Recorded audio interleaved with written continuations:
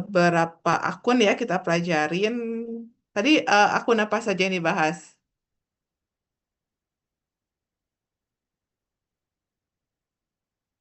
Ada yang ini bisa tadi ngebahas akun apa aja ya?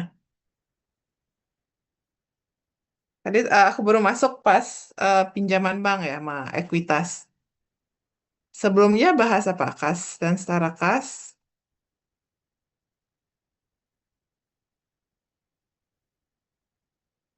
Piutang dan utang juga Ibu.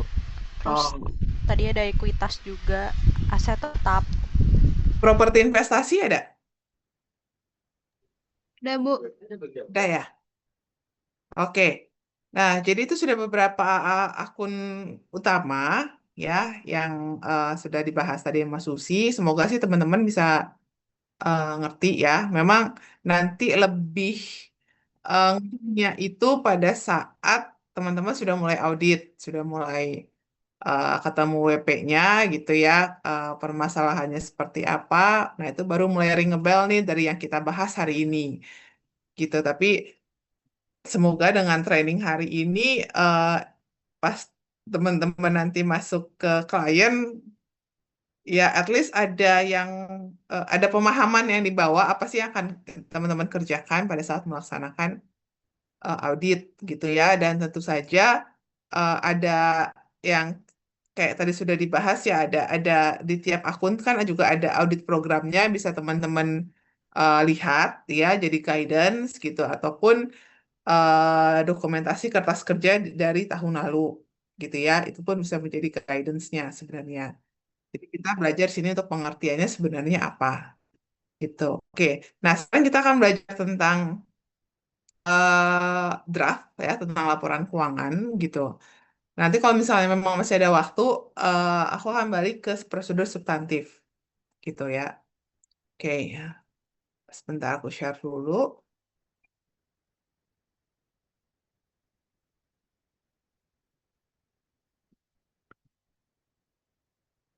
sebentar ya.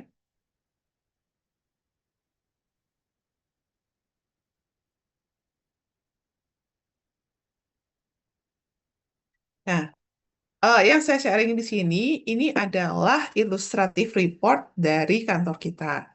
Jadi tiap tahun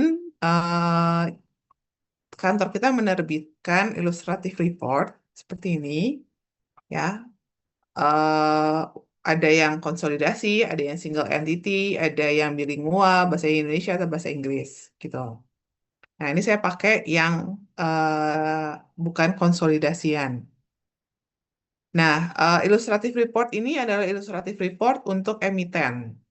Makanya disclosure-nya lebih banyak, lebih rinci, karena memang kalau untuk emiten gitu ya, untuk yang TBK, ada peraturan yang mengatur tentang disclosure-nya harus seperti apa. Kita ada peraturannya, dan kadang-kadang juga ada komunikasi dengan OJK yang mengharuskan mendisclose apa tertentu, terutama apabila perusahaan itu melakukan corporate action. Gitu ya. Jadi disclosure-nya lebih banyak dibandingkan dengan yang non-emiten. Gitu ya. Jadi contoh ini lebih rinci lah gitu ya. Mungkin ada beberapa yang kalau dia untuk laporan yang lain menyesuaikan dengan laporan keuangan dari tiap-tiap entitas gitu. Tapi lebih disclosure yang lebih rinci ya, berarti itu lebih bagus. Kita lebih terbuka untuk membaca laporan keuangan. Nah, oke, jadi di sini ada laporan keuangan gitu ya, terdiri dari ada laporan posisi keuangan, laporan laba rugi dan penghasilan komprehensif lain, laporan perubahan ekuitas, laporan arus kas, dan catatan atas laporan keuangan. Kalau dia konsolidasian, berarti laporan posisi keuangan konsolidasian, consolidated statement of financial position, dan seterusnya. Gitu. Nah, ini adalah contoh, ini adalah opini, ya, opininya ini opini yang tid- yang tidak ada modifikasian, ya, sesuai dengan SA 700 701 saat emiten sekarang lebih lagi ya,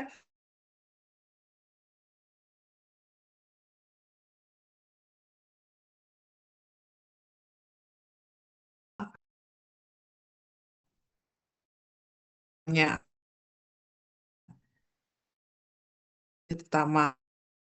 Jadi key audit matters itu hal-hal atau isu yang menjadi waktu dan maksud terselesaikan, gitu ya. Kalau tidak bisa menjadi alasan untuk modifikasi opini. Nah, ini dapat diselesaikan. Jadi ini key matters-nya. Penekanan hal lainnya ditambahkan di bawah key audit matters. Ya, jadi ini semua adalah Ibu, maaf. Suara ibu terputus-putus, Bu. ya. Jadi mungkin lebih rinci dibandingkan dengan laporan keuangan yang teman-teman pegang. Nah, tapi ini menjadi gambaran sebenarnya apa aja sih yang harus uh, di disclose gitu ya. Karena tidak hanya kita berbicara tentang materialitas pada soal saldo akun, tapi kita juga berbicara tentang disclosure. Nah, ini yang dicontoh ilustratif report ini 3 kolom ya. Ini yang untuk kolom yang ketiga, ini jika ada restatement. Kalau tidak ada restatement, maka hanya 2 kolom ya, 2025 dan periode komparatif yaitu 2024. Jadi kita ignore saja yang disajikan kembalinya dan kolom yang 1 Januari 2024 31 Desember 2023. Ya, kita anggap ini hanya 2 kolom.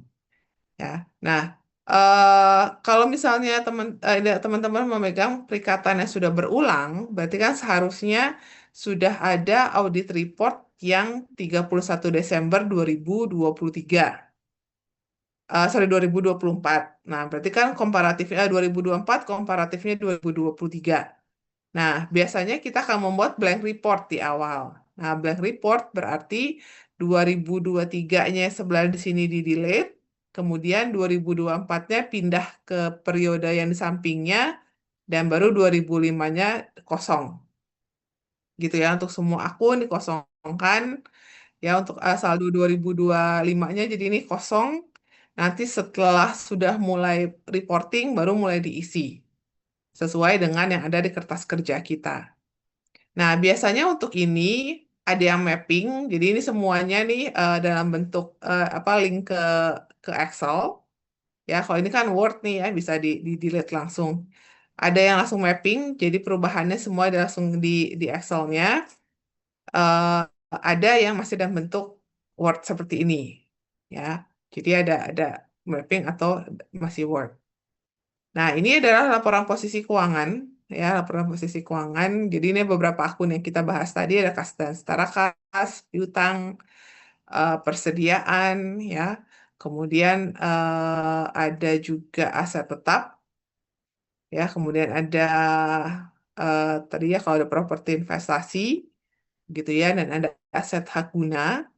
Nah, ini kalau teman-teman misalnya kurang familiar dengan aset hak guna, ini sebenarnya ini dari penerapan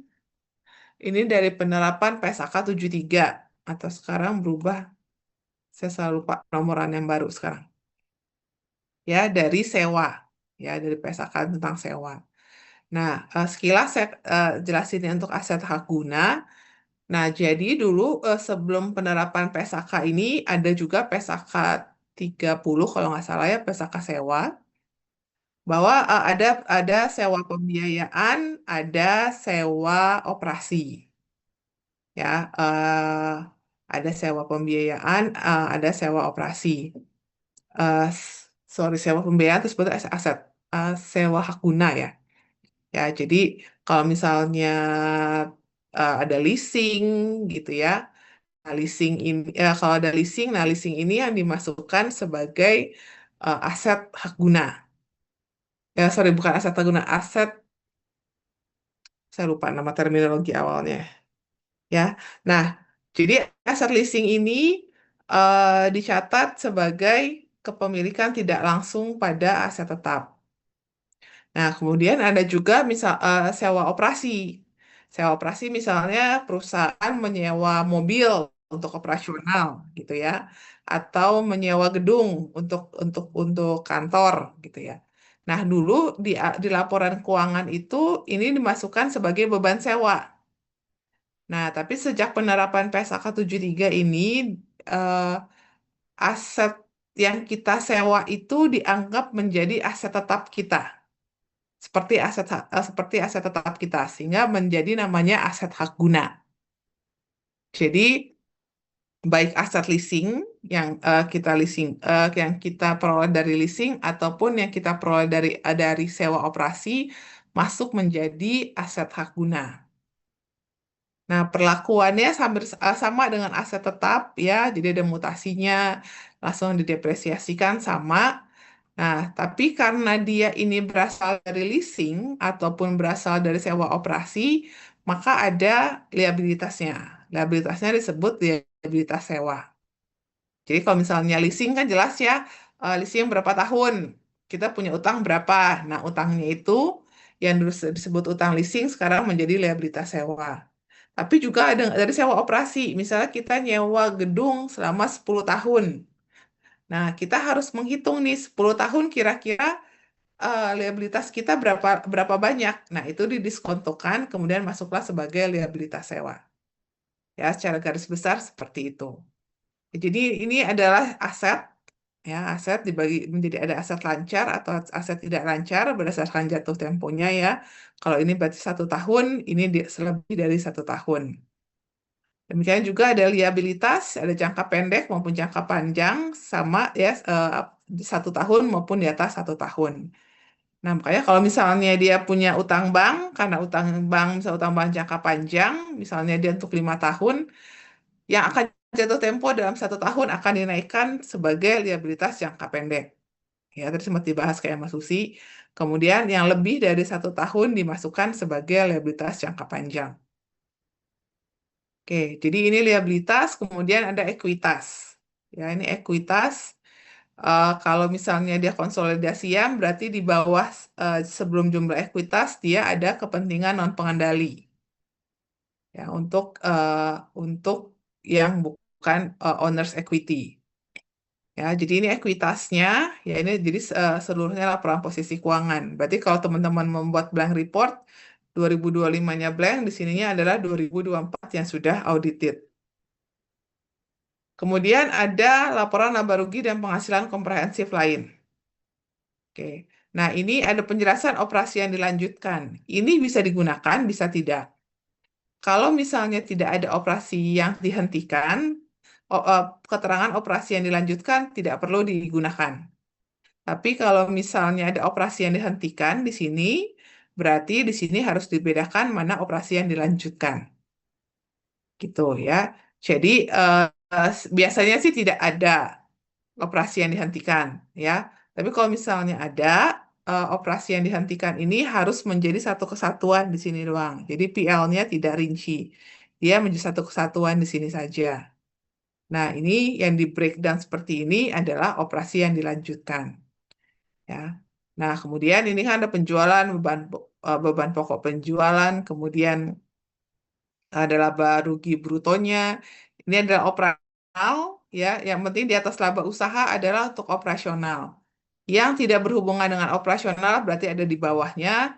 Biasanya misal beban keuangan, pendapatan keuangan, semuanya masuk di setelah laba usaha. Nah, setelah itu sebelum pajak setelah itu pajak ya, pada pajak ini ada pajak tangguhan. Kalau misalnya teman-teman mengaudit perusahaan, misalnya shipping, nah dia kan udah subject untuk final tax. Dulu pajak final masuk sebagai bagian dari sini. Tapi sekarang sudah tidak lagi, maka pajak final masuk di atas. Mau dimasukkan biasanya dimasuk di sini. Mau di beban usaha atau di berdiri sendiri, yang penting dia tidak masuk sebagai bagian dari manfaat atau beban pajak yang di sini, yang kini yang tangguhan. Jadi sekarang hanya dua, kini dan tangguhan. Final dinaikkan ke atas. Oke. Nah, setelah ada laba atau rugi usaha, kemudian kita masuk ke OCI atau penghasilan komprehensif lain. Nah, penghasilan komprehensif lain ini dibagi menjadi dua. Ada yang tidak akan reklasifikasi ada yang akan direklasifikasi ke dalam laba rugi dalam periode selanjutnya. Yang paling common adalah imbalan kerja. Karena dari imbalan kerja itu dari asumsi aktuarialnya muncullah OCI. Nah, OCI itu masuk ke yang tidak akan direklasifikasi ke laba rugi dalam periode selanjutnya. Ya, jadi maksudnya ini apa? Misalnya ini kan tidak akan. Misalnya ada yang akan direklasifikasi. Misalnya kalau dari sini derivatif atau misalnya unrealized gain loss dari eh,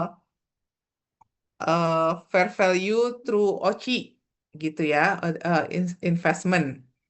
Nah, jadi apabila investmentnya itu sudah tidak ada lagi, dia masuk ke PL, maksudnya kayak gitu. Yang ada saldonya di sini. Tapi kalau dia tidak akan, berarti ini tidak akan dimasukkan ke PL, tapi langsung masukkan ke RE. Gitu. Jadi berdasarkan PSAK 1 harus dibedakan mana yang akan direklasifikasi, mana yang tidak akan direklasifikasi. Kemudian dari tiap bagian ini ada pajak tangguhannya. Oke ya, jadi ketemu nanti jumlah penghasilan komprehensif, baru ada penghasilan atau rugi komprehensif tahun berjalan. Oke, kemudian ini adalah laporan perubahan ekuitas, ya. Jadi kalau teman-teman membuat blank report, berarti yang semua ada di bawah akan naik ke atas. Nah, ini harus sama, rinciannya harus sama dengan yang ada di ekuitas, di sini. Ya, harus sama nih rinciannya, karena ini nanti berhubungan dengan di sini. Gitu, ya. Ini adalah perubahan ekuitas, jadi saldonya harus sama dengan laporan posisi keuangan di bagian ekuitas. Nah, kemudian yang bagian selanjutnya adalah laporan perubahan ekuitas. Laporan perubahan arus kas. Nah, kalau yang lainnya berdasarkan accrual basis, di laporan arus kas ini cash basis. Jadi, untuk transaksi yang tidak ada kasnya atau non-cash transaction, maka dia tidak masuk ke dalam laporan arus kas. Ya, laporan arus kas kan ada dua metode langsung maupun tidak langsung. Yang membedakan adalah hanya di arus kas dari aktivitas operasi. Ya, arus kas dari aktivitas operasi ada pakai metode langsung, ada yang tidak langsung. Kalau tidak langsung itu kan berasal dari mutasi dari tiap-tiap akun yang berhubungan dengan operasi. Nah, sedangkan investasi maupun dari aktivitas pendanaan selalu menggunakan metode langsung. Sehingga kalau metode langsung, ini hanya benar-benar yang ada kasnya saja yang dimasukkan ke sini. Dan tidak boleh di net. Maksudnya misalnya dia punya punya utang bank. Harus dibedakan antara penerimaan utang bank, pembayaran utang bank. Gitu. Jadi tidak bisa di net. Gitu ya. Jadi harus disajikan secara terpisah. Jadi kelihatan mana cash flow in-nya dan cash flow out-nya. Nah, biasanya masuk dalam aktivitas investasi apa saja? Misalnya penambahan investasi pada entitas asosiasi. Atau yang paling common adalah pembelian properti investasi ataupun pembelian aset tetap. Itu yang biasanya ada. Nah, ini pun harus lihat. Misalnya dia ada pembelian aset tetap melalui utang atau pembelian aset tetap melalui uang muka. Nah, berarti atas pembelian aset tetap tersebut tidak masuk ke dalam laporan arus kas. Karena kalau utang kan berarti tidak ada cash yang kita keluarkan untuk membeli aset. Yang kita masukkan ke dalam laporan arus kas adalah pembayaran utangnya. Jadi ini beneran berdasarkan cash basis. Kalau tidak ada cashnya tidak dimasukkan ke sini. Nah, tapi biasanya yang non-cash transaction kita buat disclosure di catatan atas laporan keuangan. Ya, nanti di bagian bawah kita buat disclosure bahwa ada non-cash transaction. Sehingga kalau orang-orang membaca laporan arus kas bisa membandingkan, oke, mana yang ada cash-nya, mana yang tidak ada cash-nya. Ya, jadi ini adalah salah satu bagian dari laporan keuangan yang sering kali tidak terlalu diperhatikan. Yang diperhatikan itu biasanya laporan posisi keuangan, PL gitu ya, tapi arus kas tidak. Padahal seharusnya semuanya ini menjadi satu kesatuan. Ya, nah jadi teman-teman harus melihat juga nanti eh, biasanya ada kertas kerjanya, kertas kerja untuk laporan arus kas. Ya, tapi teman-teman harus melihat lagi. Kalau dia dari utang muncul berarti dia tidak dimasukkan ke dalam laporan arus kas. Ya, kemudian untuk pendanaan, ya kan kalau investasi ini kan berarti cash flow untuk kita melakukan investment. Kalau operasi ini kan untuk hubungan dengan operasional kita. Makanya ada kas dari pelanggan, kepada pemasok, kepada karyawan. Ini semua bagian dari operasi. Nah, arus kas yang ketiga adalah dari aktivitas pendanaan yang berhubungan dengan bagaimana kita memperoleh dana untuk melakukan aktivitas kita. Biasanya yang paling sering adalah pinjaman bank. Ya, pinjaman bank ini adalah pendanaan. Kemudian ada juga pembayaran liabilitas sewa. Nah, liabilitas sewa ini yang tadi sebutin tadi bisa berasal dari leasing, bisa berasal dari sewa operasi. Tapi yang dimasukkan hanya pembayarannya saja. Misalnya, teman-teman misalnya apa membeli motor, misalnya nyicil, gitu ya, nyicil ke perusahaan pembiayaan, ke financing. Nah, ketika teman-teman membeli motor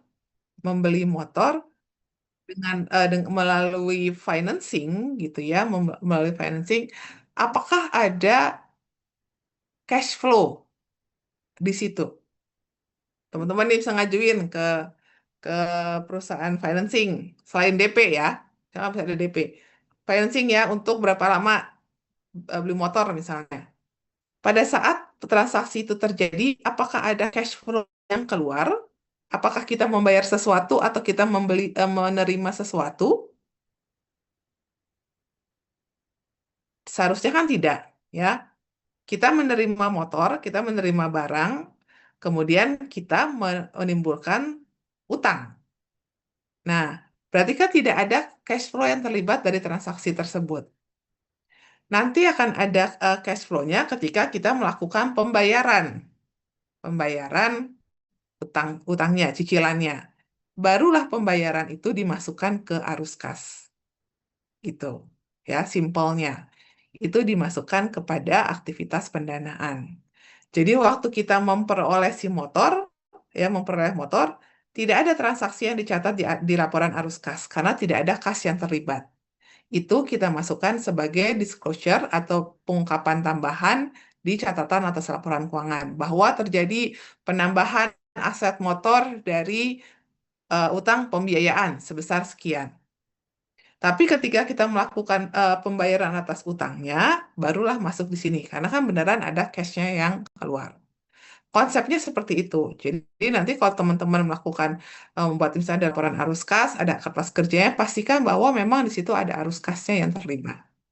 Karena ini adalah cash basis. Baik, nah bagian pertama biasanya dari catatan atas laporan keuangan adalah bagian umum. Ini berbicara tentang pendirian perusahaan, atau kemudian kalau misalnya di IPO, berarti penawaran saham perdananya bagaimana gitu ya. Dan kemudian yang bagian akhir biasanya adalah susunan Dewan Komisaris, Direksi, dan karyawan gitu ya. Nah, ini biasanya tidak terlalu banyak perubahan ya, kecuali di bagian anggaran dasar. Ini kan biasanya paling awal adalah perusahaan ini didirikan berdasarkan akta nomor sekian. Nah, akta pendirian ini biasanya kan ada perubahan-perubahan. Yang paling sering berubah adalah perubahan dewan komisaris, direksi, gitu ya, penambahan saham disetorkan gitu ya. Nah, harus diingat bahwa sesuai dengan Undang-Undang PT, perubahan susunan dewan komisaris maupun direksi bukan merupakan perubahan anggaran dasar, tapi hanya perubahan data perseroan yang harus memerlukan persetujuan dari Kementerian Hukum dan Hak Asasi Manusia. Jadi jika suatu perusahaan ada perubahan dewan komisaris atau direksi, itu tidak dimasukkan ke dalam ini, karena itu bukan merupakan perubahan anggaran dasar. Perubahan anggaran dasar tuh contohnya misalnya peningkatan modal disetor, gitu, ya modal, kemudian perubahan tujuan dari perusahaan, misalnya dari aktivitas apa menjadi perusahaan apa, itu masuk ke dalam perubahan anggaran dasar. Oke, kemudian ini Dewan Komisaris. Nah, kalau ada perubahan berarti dimasukkan ke sini. Misalnya 2025 siapa aja, 2024 siapa-siapa saja. Nah, karena ini untuk emiten, berarti dia harus mendisclose tentang jumlah remunerasi yang diterima oleh komisaris dan direksi. Nah, di CLK yang kedua, biasanya adalah penerapan pernyataan PSAK baru dan ISAK baru maupun revisi. Ya, jadi ini teman-teman bisa copy paste gitu ya, copy paste dari sini apa-apa saja yang berubah di 2025 maupun berubah setelah 2025. Ini kan sudah berubah tapi belum berlaku efektif dan tahun berjalan. Oh ya, aku mau ingetin satu. Ini biasanya disebutkan misalnya PT apa dalam kurung entitas. Nah, untuk selanjutnya, apabila kita mendiskus tentang PT emiten TBK misalnya, kita akan menggunakan entitas menggunakan E gede. Atau di sini entity pakai E gede. Misalnya kalau di sini bilang PT emiten TBK dalam kurung perusahaan, P-nya besar, atau company P-nya besar. Seterusnya dalam laporan ini, kalau ada P-nya besar, perusahaan untuk P-nya besar, itu mereverse kepada PT ini. Ya, jadi harus konsisten. Jangan di sini ditulisnya entitas, kemudian di bawahnya pakai perusahaan. Sekali entitas, terus entitas dengan E-nya besar. Sekali perusahaan, tetap perusahaan, P-nya besar. Kalau ada P-nya perusahaan tapi P-nya kecil, berarti itu tidak mereverse kepada PT emiten TBK. Gitu ya, PT yang laporan keuangannya kita buat. Gitu ya, itu yang harus diingat karena kadang-kadang ada yang tidak konsisten. Oke ya, balik lagi yang ke nomor 2, ini bisa teman-teman copy paste dari sini. Ya, apa saja yang PSAK maupun ISAK revisi maupun baru, ya sekarang sudah nggak jarang yang baru ya, biasanya amandemen doang. Yang berlaku 1 Januari 2025 dan periode setelahnya, ataupun yang sudah berubah tapi belum diterapkan. Ya, ini teman-teman bisa copy paste gitu ya. Nah, kemudian di bagian yang ketiga ada kebijakan akuntansi material. Tapi ini biasanya kita gunakan bukan ini, biasanya kita gunakan katanya adalah kalimatnya adalah informasi kebijakan akuntansi material. Jadi pakai information. Apa saja yang masuk ke dalam CLK nomor 3 ini yang paling banyak karena adalah kebijakan akuntansinya. Nah, kebijakan akuntansi ini harus sesuai dengan apa yang ada di kertas kerja. Kan biasanya di paling bawah itu kan ada kebijakan akuntansi. Nah, itu harus sama dengan ini. Biasanya tidak ada perubahan dibandingkan dengan periode-periode sebelumnya, kecuali mereka melakukan perubahan kebijakan akuntansi. Misalnya untuk aset tetapnya dari metode cost menjadi revaluation. Nah, berarti harus kita disclose. Jika tidak ada perubahan kebijakan akuntansi ataupun tidak ada akun-akun baru, maka CLK nomor 3 ini biasanya tidak ada perubahan. Ya, tapi pastikan bahwa ini sudah sesuai dengan laporan keuangannya. Jangan sampai misalnya kebijakan akuntansinya ada investment to associates gitu ya. Ternyata di laporan posisi keuangannya tidak ada investasi kepada entitas asosiasi. Ya, jadi ini cukup banyak ya, cukup banyak dan biasanya satu laporan keuangan itu yang paling tebal halamannya adalah untuk kebijakan akuntansinya saja. Gitu ya, yang paling banyak. Ya, mungkin teman-teman belum terlalu familiar atau misalnya belum terlalu tahu apakah ini benar atau enggak ya untuk kebijakan akuntansinya. Tapi kalau misalnya teman-teman emang pingin belajar, ya, pingin belajar kebijakan akuntansi untuk akun-akun itu seperti apa, teman-teman bisa baca untuk CLK nomor 3. Karena ini sebenarnya summary daripada PSAK. Gitu ya. Jadi daripada baca PSAK tebal-tebal gitu ya, ya teman-teman bisa bisa membaca ini. Ya, karena ini sebenarnya berasal dari PSAK-nya sendiri. Ya, tapi misalnya PSAK-nya ada metode revaluation, ada metode cost. Nah, misalnya perusahaan ini menggunakan revaluation, ya berarti kebijakan akuntansinya menggunakan revaluation bukan yang cost. Nah, ini nggak aku bahas ya satu-satu karena ini kalau kita bahas satu-satu berarti kita belajar tentang PSAK-nya. Dan biasanya kalau teman-teman melakukan blank draft ini juga tidak ada perubahan, gitu ya, mengikuti, ya. Jadi ini tidak perlu dirubah, ya. Kemudian ada transaksi dengan pihak berelasi, apa saja sih yang dimaksud dengan transaksi pihak berelasi. Kemudian ada segmen, segmen ini hanya berlaku untuk emiten. Kalau dia bukan emiten, berarti tidak ada disclosure untuk pelaporan segmen. Nah, yang paling banyak adalah kebijakan akuntansi untuk instrumen keuangan. Ya, ini banyak banyak banyak kebijakannya. Namun seperti aku sebutkan tadi, ini adalah laporan keuangan untuk emiten. Sehingga kalau misalnya eh, perusahaan yang teman-teman nanti audit bukan emiten, seharusnya kebijakan akuntansinya, terutama untuk instrumen keuangan, tidak sedetail ini.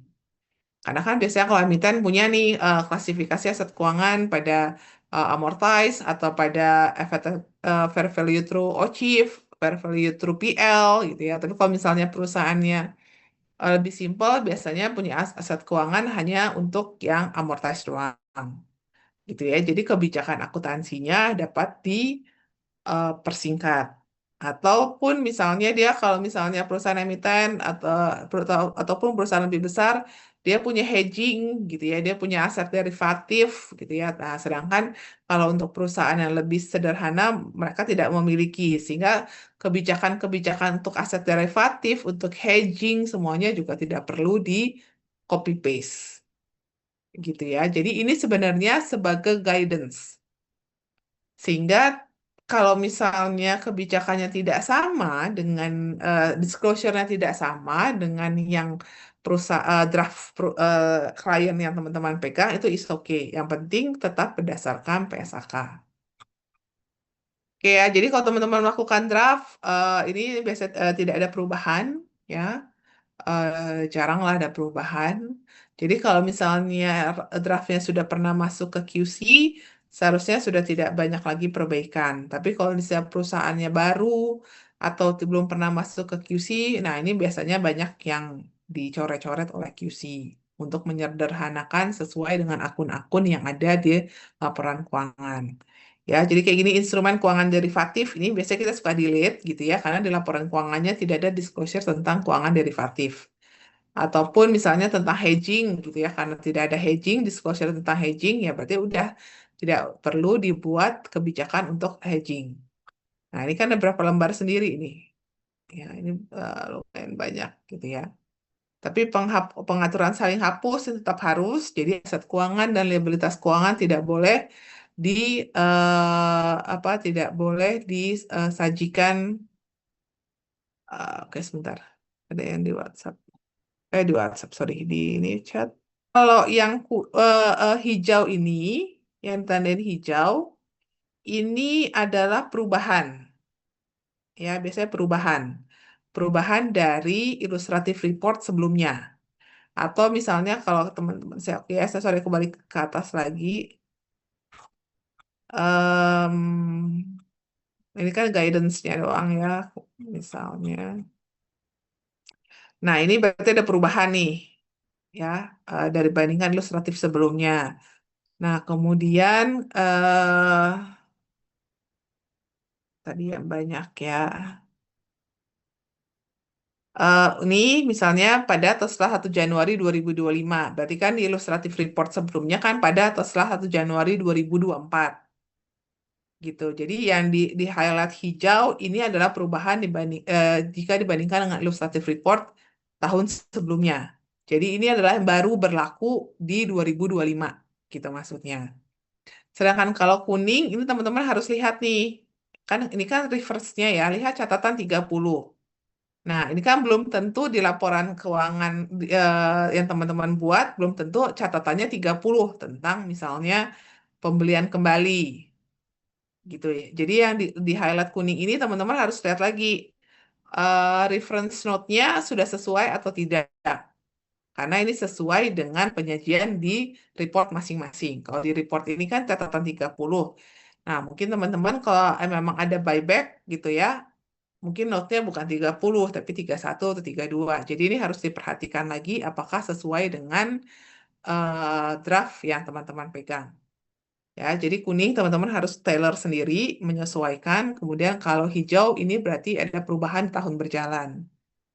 Nah, sedangkan ini yang di highlight kuning ini hanya berlaku untuk emiten. Jadi kalau bukan emiten berarti hanya sampai di sini aja yang hijau.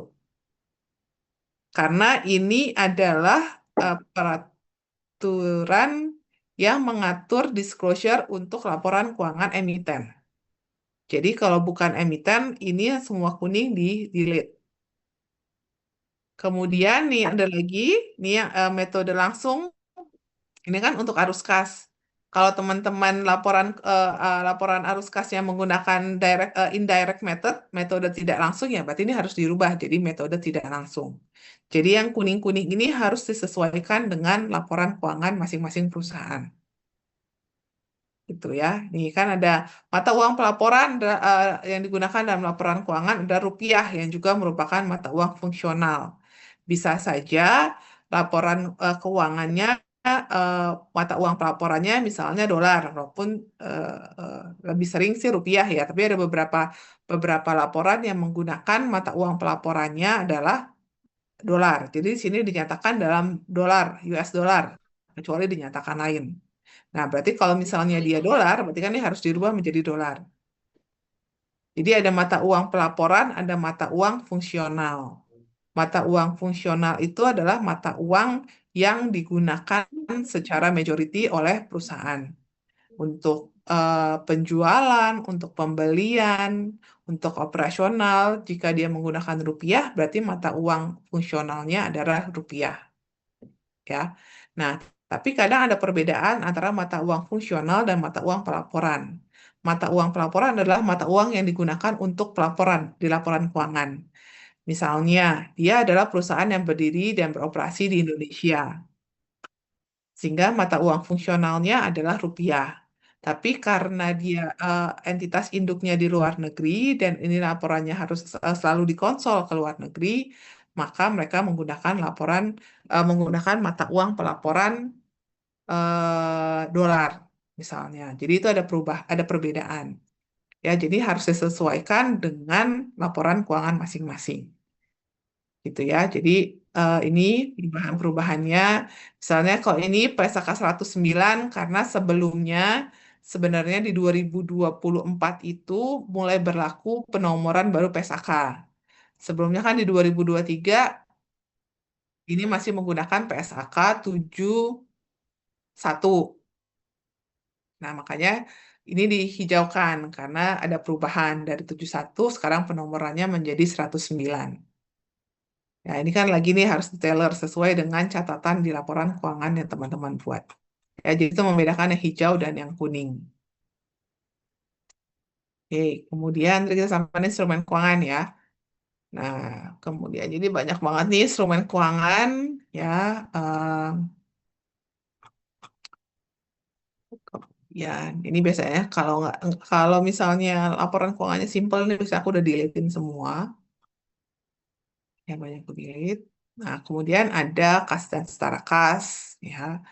Ini kan yang common pasti ada. Kalau dia tidak punya kas yang dibatasi penggunaannya, ya berarti kas yang dibatasi penggunaannya di-delete. Ya, kas yang dibatasi penggunaannya ini berhubungan dengan pinjaman bank. Ya, kalau dia misalnya ada pinjaman bank, kemudian ada escrow atau deposito yang dijaminkan, nah itu berarti kas yang dibatasi penggunaannya. Nah, ini juga tergantung metode apa yang digunakan dalam persediaan. Oke ya, ini aset tetap kalau dia pakai cost model berarti sesuai, tapi kalau dia pakai revaluation model, nah berarti ini harus diganti menjadi revaluation. Ya, ini klasifikasi asetnya juga mungkin berbeda, masa manfaatnya juga bisa berbeda ya, jadi ini harus disesuaikan. Jadi karena balik lagi karena ini adalah guidance doang secara umum, jadi teman-teman juga harus melakukan penyesuaian. Oke ya. Ini aku nggak terlalu detail ya, karena seperti aku tadi bilang, ini tidak terlalu banyak perubahan setiap tahunnya ya. Jadi biasanya sih nggak terlalu lama lah ya di sini ya. Ya, tapi kalau misalnya dia perusahaan baru, ya berarti ya ini harus disesuaikan.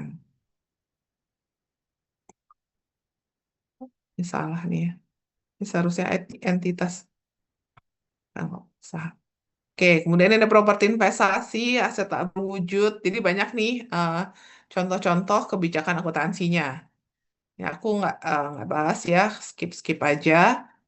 Ya, kalau teman-teman nanti mau baca, feel free. Seharusnya sih dikasih ya nanti ini ilustratif reportnya. Atau kalau misalnya enggak ya, ya udah ngikutin yang tahun lalu aja. Karena eh, pener- penerapan PSK baru yang berubah signifikan itu hanya di 1 Januari 2020. Setelah itu sih nggak ada yang signifikan ya. Hanya paling amandemen-amandemen doang, itu juga nggak signifikan. Gitu. Oke, kemudian ini pembayaran basis. Ini dilusi, pengukuran nilai wajar, terus ya aku skip ya. Nah, setelah CLK nomor 3, ya, kebijakan akuntansi, informasi kebijakan akuntansi material, kita masuk ke CLK nomor 4, yaitu pertimbangan, estimasi, dan asumsi akuntansi yang signifikan. Nah, ini juga tidak banyak perubahan dibandingkan dengan periode-periode sebelumnya, karena di CLK ini kita mendisclose apa aja sih estimasi atau pertimbangan atau asumsi akuntansi yang signifikan yang digunakan. Kenapa kita harus mendisclose ini? Karena apabila berubah pertimbangannya, berubah estimasinya, berubah asumsinya, maka saldo yang dihasilkan juga akan berubah. Ya, namanya juga nature-nya adalah estimasi, asumsi atau pertimbangan. Misalnya kita asumsinya tingkat bunganya 2% gitu. Ternyata asumsi kita kurang tepat, seharusnya 3%. Nah, berarti akan ada perubahan dalam saldo akun akun tersebut. Makanya kita harus mendisclose mana saja sih pertimbangan, estimasi, dan asumsi akuntansi yang signifikan yang kita gunakan dalam laporan keuangan. Oke, nah ini juga harus sesuaikan apakah applicable dengan perusahaan dan teman-teman audit. Biasanya tidak banyak perubahan kecuali ada akun-akun baru yang mengandung estimasi, pertimbangan atau asumsi yang signifikan. Gitu ya. Jadi ini tidak berubah ya. Nah, ini kalau kuningin kalau misalnya dia ada properti investasi berarti ditambahkan, kalau dia tidak ada hanya aset tetap ya berarti aset tetap doang, properti investasinya tidak ada. Gitu ya.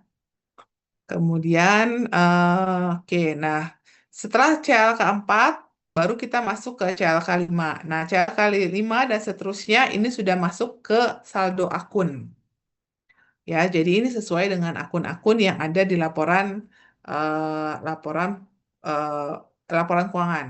Ya, nah biasanya untuk misalnya untuk kas dan setara kas, kita menyajikannya berdasarkan mata uang, ya rupiah atau dolar gitu ya, langsung ke pihak berelasi atau pihak ketiga. Sama juga sih kayak piutang, utang itu juga disajikannya seperti itu. Ya. Nah, ini contohnya. Jadi kalau teman-teman melakukan blank report yang dari report 2024, berarti 2024-nya dipindahkan ke komparatif, 2025-nya blank. Gitu ya. Nah, ini sama ya, tinggal mengikuti. Apabila nanti misalnya ada kas atau misalnya ada bank yang tidak lagi digunakan, 2024 misalnya, 2023 masih ada, 2024 udah nggak ada. Nah, berarti kan komparasi kita pas di laporan keuangan 2025, 2025 tidak ada, 2024 tidak ada. Nah, itu berarti di-delete aja. Jadi yang tidak ada saldonya di kedua tahun, maka delete aja. Gitu dan teman-teman juga tolong perhatiin kalau misalnya ada perubahan nama-nama bank ya, karena kan banknya suka berubah atau gabung atau apa. Nah, jadi tolong perhatikan bahwa banknya sudah sesuai gitu dan menggunakan nama lengkap. Jadi bukan BCA atau Bank Mandiri gitu ya, tapi PT Bank Mandiri Persero Tbk gitu ya. Jadi menggunakan nama lengkapnya. Nah, ini seterusnya ya, seterusnya adalah penjelasan dari setiap akun ya, setiap akun-akun yang ada yang signifikan yang harus kita disclose. Ya, ada investasi jangka pendek, ada piutang usaha. Piutang usaha juga pihak ketiga dan berelasi. Kemudian apabila ada penyisihan, maka kita harus sajikan secara terpisah sehingga kelihatan grossnya mana, netnya berapa. Kemudian ada aging gitu ya. Apabila ada aging berarti kita melakukan mendisclose mutasinya. Oke. eh ini juga harus disesuaikan ya, apakah penyisihannya menggunakan expected credit loss yang lifetime atau em, sorry saya lupa satu lagi selain lifetime ya. Jadi ada dua metode. Nah, itu berarti sesuaikan. Nah, kemudian apabila ada aset-aset yang dijaminkan untuk utang bank, ya, biasanya ada kolateralnya tuh kayak tadi dibahas ya. Misalnya ada piutang atau kas atau piutang kas, ada aset tetap yang dijaminkan. Nah, itu harus didisclose. Ya, harus didisclose. Oke, ya persediaan teman-teman nggak banyak berubah. Jadi kalau teman-teman melakukan eh, blank report, berarti hanya tinggal pindahkan 2024-nya pindah ke 2000 ke samping, baru sini 2025-nya blank.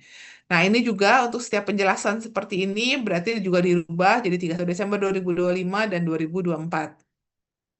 Saldonya pun dirubah, ya berarti saldo 2023 tidak kita gunakan, 2024 yang kita gunakan, 2025-nya masih blank. Gitu ya, jadi menyesuaikan. Nah, jangan sampai dulu saya pernah tuh review report, mungkin suruh bikin blank report, tapi tidak ada penjelasan, sehingga di bagian bawahnya, ya terutama berhubungan dengan perjanjian, semua tanggal perjanjian pun dirubah ke tahun berjalan gitu ya. Jadi kok saya bingung nih bacanya kok perjanjiannya di 2025 tapi 2024 pada waktu itu tapi kok saldonya udah dari 2023 gitu ya. Jadi untuk tanggal-tanggal perjanjian tidak ada yang dirubah. Yang kita rubah hanya berhubungan dengan saldo dan tanggal periode cut off-nya ya. Nih, misalnya kalau ada tanggal 1 Juli 2024 entitas melakukan perjanjian sewa, ya udah seperti itu. Tapi apabila ada perjanjian yang sudah selesai sebelum 31 sebelum misalnya untuk laporan keuangan 2025 ya. Jika itu selesai di 2023 berarti disclosure-nya dihapus. Tapi kalau sudah selesainya di 2024 kan itu masih periode periode komparatif kita. Nah, itu is okay untuk didisclose. Gitu ya. Oke, jadi ini bisa teman-teman lihat ya, tidak banyak perubahan ya di sini. Hanya perhatikan untuk blank reportnya dipindahkan ke samping ya. Kecuali dia ada perubahan kebijakan akuntansi, maka ada juga perubahan disclosure-nya di sini. Gitu ya. Ini aset tetap ada kepemilikan langsung dan kepemilikan tidak langsung. Tidak langsungnya kalau di sini berarti dipisah, yaitu jadi aset hak guna. Ya, kalau dia misalnya aset hak gunanya digabung, berarti ada kepemilikan langsung, ada aset hak guna. Karena aset hak guna itu dianggap kepemilikan tidak langsung. Oke, ini sama ya, aku nggak detail. Ini tinggal sudah yang di luar table ya, ini disesuaikan ya, disesuaikan dengan laporan keuangan yang teman-teman pegang ya. Apa saja yang harus didisclose. Tapi ada beberapa disclosure yang sifatnya memang harus, misalnya kayak aset tetap, biasanya dilakukan disclosure untuk asuransinya berapa, nilai pertanggungannya berapa, karena itu untuk menilai apakah jika jika terjadi sesuatu pada aset tetap perusahaan, apakah nilai asuransinya bisa menutupi kerugian yang ada. Karena kan kalau aset tetap itu kan digunakan untuk operasional. Once misalnya dia kebakaran dan kemudian nilai asuransinya tidak bisa menutup untuk membangun kembali aset tetap, berarti kan itu akan mempengaruhi kelangsungan usaha dari perusahaan itu. Makanya kita harus melakukan disclosure. Ini aset hak guna ya sama ya, penyajiannya dengan aset tetap. Kemudian ada aset tak berwujud, ya ini kalau dia punya derivatif ya, kemudian eh ini sama ya semuanya. Kemudian utang bank, ya tolong utang bank, apalagi kalau misalnya perusahaannya dia memiliki banyak utang bank, tolong perhatikan mana perjanjian-perjanjian yang sudah tidak update atau sudah selesai, berarti itu di-delete. Itu yang tidak ada berhubungan dengan 2024 dan 2025, berarti itu di-delete. Ya, kalau masih berhubungan dengan 2024 dan 2025, berarti tetap dimasukkan.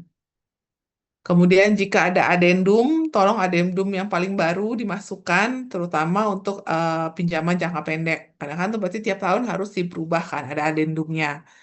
Nah, berarti yang harus didisclose tiap tahun ada adendum yang paling baru, yang menyangkut laporan keuangan yang kita audit.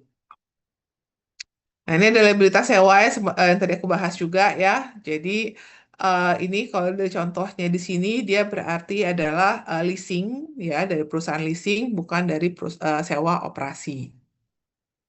Oke ya, ini nggak aku bahas karena itu juga jarang ya, utang sukuk. Utang sukuk enggak. Pembelian berbasis saham juga biasanya aku belum pernah lihat. Kemudian dari liabilitas imbalan pasca kerja, ya, imbalan pasca kerja mungkin teman-temannya harus lihat tanggal laporannya, laporan aktuarisnya, ya, tolong untuk diupdate, ya, sesuai dengan periode yang di cover. Kemudian asumsinya harus ada, ya. Kemudian ada mutasi dan kemudian juga ada analisa sensitivitas. Nah, ini kenapa dia dikuningkan? Karena ya ini nggak bisa contoh gitu ya. Ini kan angka-angkanya adalah sesuai dengan laporan aktuaris perusahaan masing-masing gitu. Jadi ini harus disesuaikan. Ya, jika tingkat diskontonya naik 1%, turun 1%, berapa saldo perubahan saldonya, saldo liabilitasnya. Nah, ini harus didisclose nih, ya, sesuai dengan pesakannya. Kemudian modal saham, ya, ini rinciannya, misalnya saham ditempatkan setor pernah berapa, persentase kepemilikannya berapa, jumlah sahamnya berapa. Nah, itu harus sama dengan yang di laporan posisi keuangan bagian ekuitas. Jadi dibilang misalnya modal dasarnya 1.000 lembar, yang sudah disetor penuh 500 lembar, ya berarti di sini juga jumlahnya harus 500 lembar. Gitu, jadi harus sama. Oke, nah jadi setelah tambahan modal, tambahan modal disetor, kemudian kita masuk ke APL, ya, pendapatan atau penjualan. Nah, ini paling teman-teman harus ngeliat kalau dia penjualan berarti bebannya beban pokok penjualan. Kalau dia pendapatan berarti di sini biasanya ada beban pokok pendapatan atau cost of revenue. Kalau dia sales berarti cost of goods sold, kalau dia revenue berarti cost of revenue. Jadi harus konsisten penggunaannya, gitu ya. Nah, ini juga tidak banyak perubahan dibandingkan dengan tahun-tahun sebelumnya. Jadi bisa teman-teman tinggal pindahkan doang. Ya, kecuali ini misalnya ini juga harus dilihat kalau di emiten dia harus mendisclose apakah ada pembelian atau penjualan di atas 10%. Nah, itu harus didisclose. Nah, ini kemudian OPEX, ya, OPEX-nya berapa? Pastikan ini harus sama perbandingannya, ya. Kalau tahun lalu dimasukkan ke gaji, berarti tahun sekarang harus masukkan gaji. Jika ada perubahan mapping, ya, perubahan klasifikasi beban, maka misalnya di 2025 dirubah nih, maka 2024-nya juga harus dirubah. Karena konsepnya harus comparable, gitu. Ya, di beban lainnya, beban keuangan, dan kemudian ada perpajakan. Ya, perpajakan ini biasanya banyak. Ya, prepaid-nya mereka, tax payable-nya mereka, income tax-nya mereka, baik ini maupun tangguhan, atau ada final dimasukkan ke sini. Biasanya nanti ada rekonnya, rekonsiliasinya, ada perbedaan temporer, ada perbedaan tetap. Jadi yang kita disclose bukan apa yang kita disclose ada temporer dan tetapnya, bukan apakah itu koreksi positif atau negatif, gitu ya. Mengapa kita disclose-nya berdasarkan temporer atau tetap? Karena kalau perbedaan temporer ini harus kita menghitung deferred tax-nya. Jadi yang di saldo ini akan masuk ke pajak tangguhan di sini. Gitu ya. Makanya kita mendisklosnya bukan koreksi positif negatif, tapi apakah perbedaan waktu atau tetap. Oke, jadi kalau udah mutasi kayak gini kan berarti tinggal yang di 2024 dipindahkan ke bawah, 2025 yang tahun berjalan. Tapi pastikan saldo awalnya adalah sama dengan saldo akhir tahun sebelumnya. Ya, ini aku secara cepat aja. Nah, kemudian ada juga transaksi pihak relasi. Ini harus disclose di note tersendiri. Apa saja yang harus didisclose? Pertama adalah sifat hubungan dan transaksi. Ya, misalnya ada PT apa aja nih related partinya. Sifatnya apa? Apakah dia entitas induk, apakah dia asosiasi, apakah dia manajemen kunci atau apapun. Jadi sifat hubungannya harus didisclose. Nah, kemudian sifat transaksi ini yang paling suka salah juga. Sifat transaksi yang dimasukkan adalah transaksinya apa, bukan jumlah, bukan nama akunnya. Karena kadang-kadang sifat transaksi ini ditulisnya adalah penjualan piutang atau utang atau ya biasanya teman sering gitu ya. Itu adalah nama akun. Nah, kalau akun akan didisclose di bawah nama akun dan saldonya. Tapi ini adalah sifatnya. Ya, kalau penjualan, akun penjualan berarti transaksinya adalah sifat transaksi penjualan. Ya, kalau di utang berarti kan sifat transaksinya adalah pemberian utang atau pemberian pinjaman gitu ya. Atau misalnya ada sewa, masuk ke dalam utang tapi ternyata utang sewa gitu ya. Jadi sifat transaksinya bukan diisi dengan nama akun, tapi transaksinya apa? Apakah pinjaman atau sewa atau apakah penjualan, apakah pembelian, itu adalah sifat transaksi. Baru akunnya beserta saldonya disajikan di bagian yang bawah. Gitu ya. Misalnya penjualan, pembelian dan semuanya. Nah, ini kita lihat nih, ini baru nih akun-akunnya. Ya, dari transaksi penjualan masuklah dia ke piutang usaha. Gitu. Dari pembelian masuklah dia ke utang usaha. Nah, ini adalah rincian saldonya. Gitu. Kemudian kalau misalnya dia punya perjanjian signifikan yang harus didisclose, biasanya kita melakukan disclosure-nya. Tapi teman-teman tolong lihat lagi apakah perjanjian tersebut masih berlaku di periode tahun berjalan. Kalau misalnya masih berlaku di 2024, kemudian di tengah 2025 selesai dan tidak ada perpanjangan, berarti harus ada disclosure bahwa tidak ada perpanjangan, memang sudah selesai. Nah, kemudian kebijakan dan tujuan manajemen risiko keuangan ini juga harus dimasukkan dan biasanya juga memang tidak ada perubahan. Ya, ini sesuai dengan PSAK bahwa kita harus mendisclose tentang risiko keuangan, baik risiko kredit, risiko likuiditas, ya, solvabilitas, dan bagaimana perusahaan mengatasi atau memitigasi risiko tersebut. Ini dijelaskan di sini nih.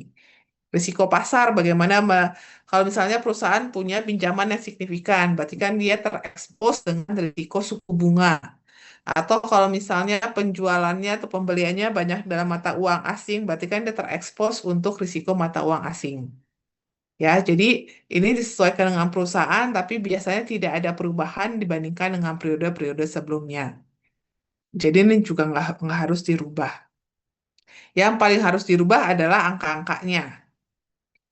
Ya, misalnya kayak ini kan kalau kayak gini ini kan harus dirubah nih. Ya, ada saldo-saldonya. Nah, itu yang harus dirubah menyesuaikan dengan laporan keuangan tahun berjalan. Oke, ini aku skip. Kemudian ada instrumen keuangan. Ya, ini mendisclose apa aja aset keuangan yang kita punyai, apa saja likuiditas keuangan yang kita punyai, baik nilai tercatatnya maupun nilai wajarnya. Yang harus didisclose untuk 2025 dan 2024.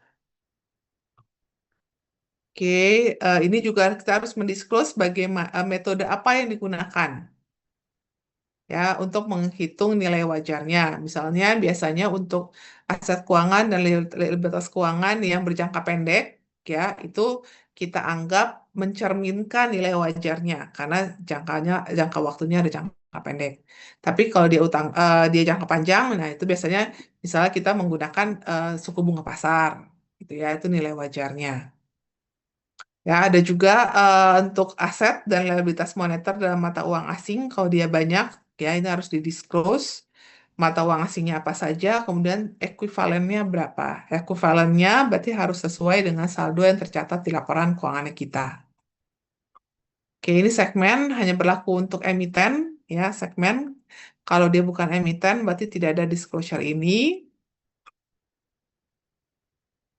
Pengukuran nilai wajar dan juga biasanya emiten, aset dan liabilitas pengampunan pajak jika dia punya tax amnesty berarti juga harus di-disclose. Nah, ini untuk penyajian kembali informasi komparatif kalau ada penyajian kembali. Kalau tidak ada ya berarti ini tidak di-disclose.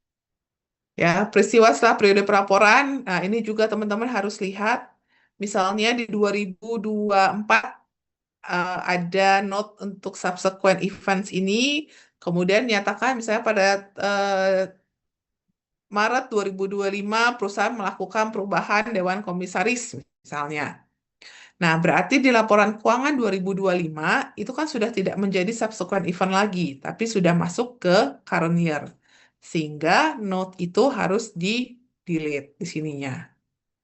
Ya, jadi subsequent events itu misalnya teman-teman mengaudit laporan keuangan 31 Desember 2025, kemudian tanggal opininya let's say misalnya April 25 gitu ya. Nah, subsequent event ini adalah apa saja yang terjadi dari tanggal 31 Desember 2025 sampai dengan 25 April 2026. Ya, itu harus kita disclose. Nah, sifat dari subsequent events ini ada dua, adjusting dan non-adjusting. Kalau misalnya di April itu atau di Maret atau di April 2026 ini perusahaan apa perusahaan em, default ya atau perusahaan sudah mengajukan pilot. Nah, itu berarti menjadi peristiwa penyesuai. Kita harus sesuaikan ke laporan keuangan 2025. Berarti ada isu going concern. Ataupun misalnya di subsequent events-nya dia ada apa penurunan atau aset aset aset tetap yang apa mengalami penurunan nilai gitu ya yang signifikan. Nah, itu juga harus adjusting kita ke laporan keuangan 2025.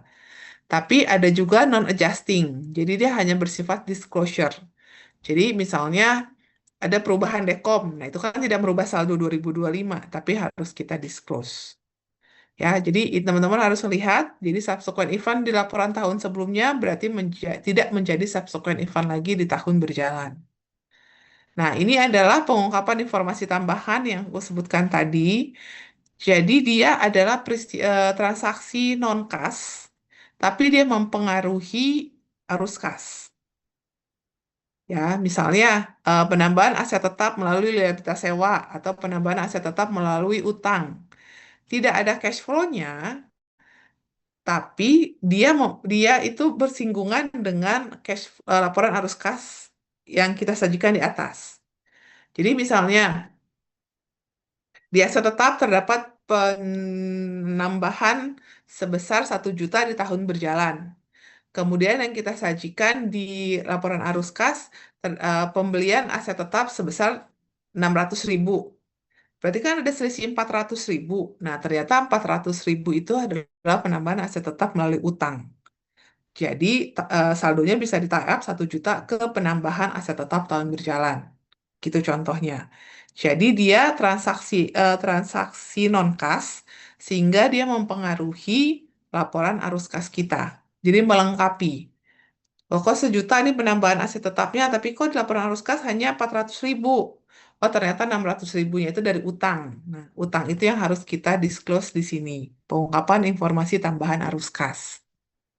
Kemudian ada misalnya ada kapitalisasi biaya pinjaman ke aset dalam penyelesaian. Nah, itu juga berarti kan ke disclose. Kita disclose karena eh, penambahan aset dalam penyelesaian kan juga bersifat penambahan aset. Ternyata penambahan asetnya adalah kapitalisasi biaya pinjaman. Sehingga kan itu juga tidak ada cash flow-nya sebenarnya. Jadi harus kita disclose.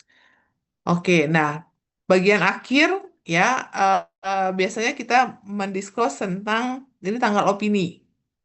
Ya, ini adalah tanggal opini. Tadi tanggal opini itu sama dengan kapan laporan keuangan tersebut diotorisasi oleh direksi untuk diterbitkan. Nah, ini menjadi tanggal opini. Jadi tanggal di sini sama dengan tanggal opini kita. Harus sama. Biasanya ini disajikan di paling akhir, tapi ada beberapa report yang disajikan ini di note satu gitu ya, bebas aja, tapi biasanya kita menyajikannya di bagian akhir.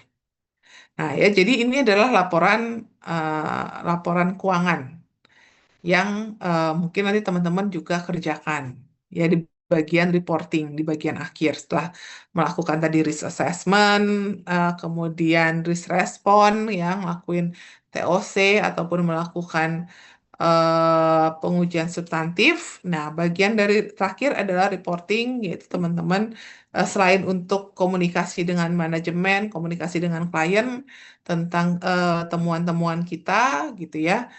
Salah satunya bagian dari reporting adalah kita membuat audit report. Sebenarnya balik lagi kita bertanggung jawab hanya kepada opini. Ya, jadi ini laporan keuangan adalah tanggung jawab manajemen. Kan seperti sini bilang manajemen entitas bertanggung jawab atas laporan keuangan ini. Jadi ini sebenarnya produk daripada manajemen, produk daripada perusahaan tersebut, bukan kita. Ya, tapi in reality yang membuat ini beneran membuat ya dan menjadi satu satu buku audit report ya auditornya gitu ya. Jadi ini biasanya text time juga. Makanya di awal biasanya dicicil dengan membuat blank report sehingga nanti tinggal diisi sesuai dengan laporan keuangan tahun berjalan. Ya, jadi ini adalah laporan keuangannya. Mungkin teman-teman ada yang sudah mulai melakukan membuat blank report, ada yang mungkin nanti karena sudah langsung masuk ke klien dulu.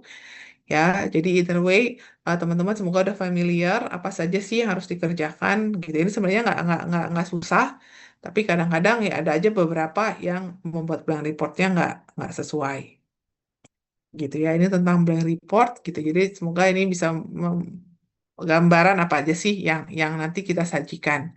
Tentunya disclosure-nya ada yang berbeda karena balik lagi ini adalah emiten. Jadi disclosure-nya lebih lengkap.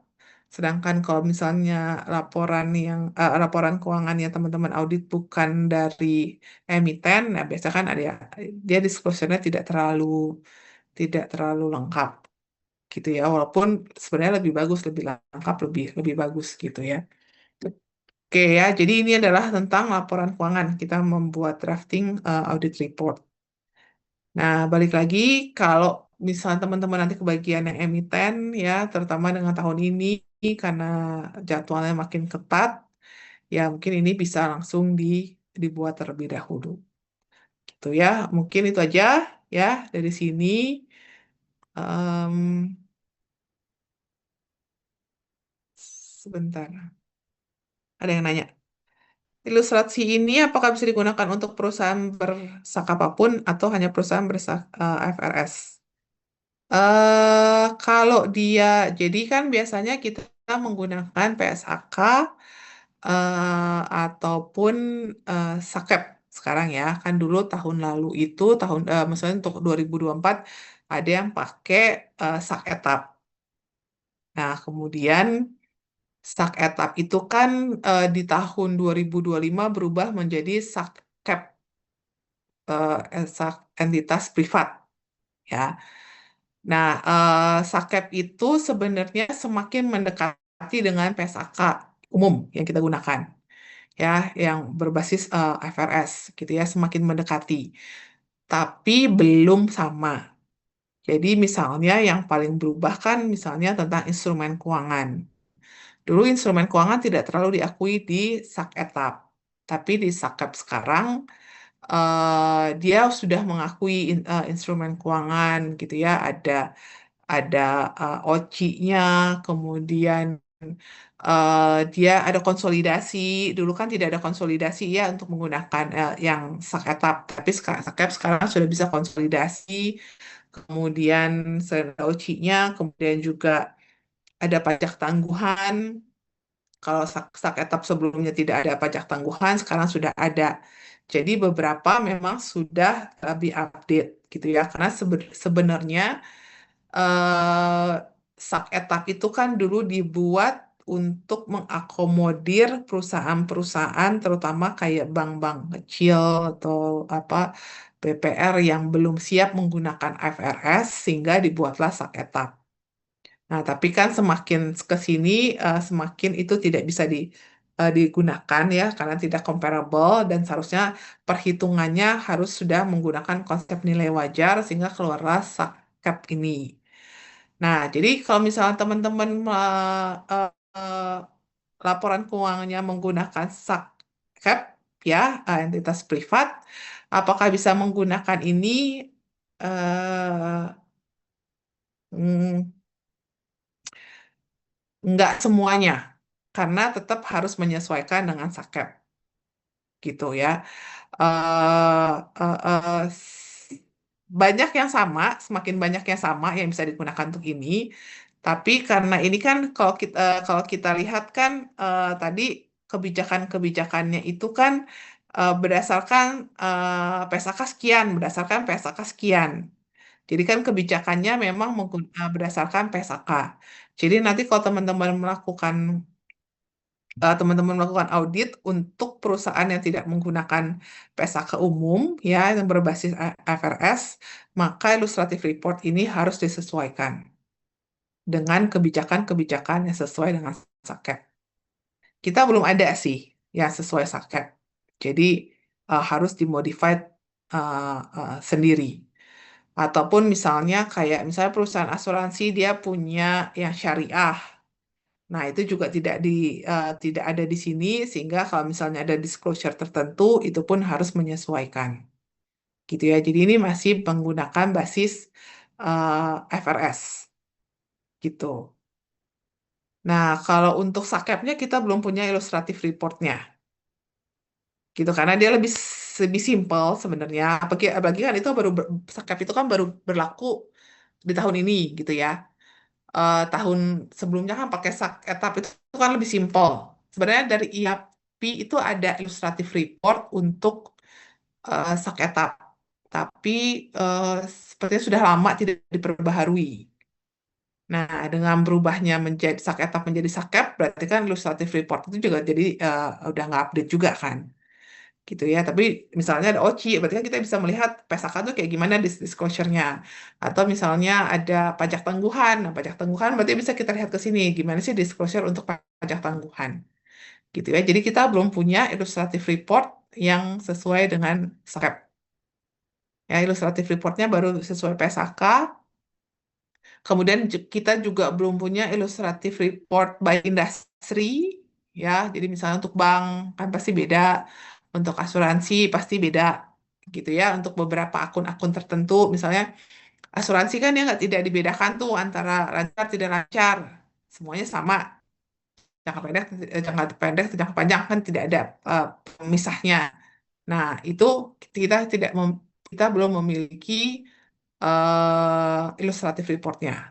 Jadi ini illustrative reportnya ini beneran masih secara general ya, based on PSAK dan untuk industri secara umum. Belum ada industri secara spesifik maupun berasal untuk sakep gitu ya. Mungkin selanjutnya bisa ya. Tapi seharusnya maksudnya gini, kalau PSAK kan lebih detail nih. Nah, berarti kan seharusnya untuk beberapa yang sama antara PSAK dan sakep itu digunakan ilustratif ini. Tapi untuk yang tidak, ya berarti harus menyesuaikan gitu. Jadi saya belum lihat juga sih untuk yang sakep gimana. Seharusnya kan dia lebih lebih lebih menuju kepada PSAK ya, kayak pajak tangguhan semuanya itu kan sudah ada gitu ya. Jadi paling mengikuti. Nah, jadi kalau teman-teman dapat yang sakep, pasti banyak perubahan tahun berjalan gitu ya. Manajernya juga pasti, saya juga lihat banyak perubahan. Kemudian karena ini baru berlaku, berarti kan dia sifatnya retro gitu ya, mempengaruhi laporan keuangan tahun lalu. Nah, berarti ada perubahan di laporan keuangan tahun lalu juga. Jadi agak PR nih untuk yang menggunakan sakep tahun ini. Ya, secara disclosure dia lebih banyak. Kemudian kedua, untuk laporan keuangannya karena bersifat retro gitu ya ke belakang, dia harus merubah komparatifnya gitu. Tapi untuk kalau waktu penerapan PSAK baru kan kita sampai ke belakang gitu ya, sampai 3 kolom. sampai yang paling bisa kita retro atau gitu ya. Tapi kalau untuk sakep, eh, sorry, kalau untuk sakep itu dia ada option gitu ya. Yang paling praktis untuk melakukan retro itu sampai ke periode kapan gitu. Jadi bisa dua kolom. Tetap misalnya kita pilihnya udah deh yang paling mendekati itu ya di 2024. Ya udah kita buat retronya, retrospektifnya itu ke laporan keuangan 2024. Nggak harus sampai 2023 misalnya gitu. Ya. Jadi belum ada ya paling nanti kalau yang dapat sakep itu pasti masuk juga ke QC gitu ya. Kita pasti akan discuss bareng juga untuk disclosure ataupun untuk laporan eh, yang sakep gitu ya. Oke, jadi paling itu yang bisa aku sama Susi tadi bahas untuk hari ini yang untuk training. eh Semoga sih ini bisa membantu teman-teman untuk melaksanakan audit ya. Eh,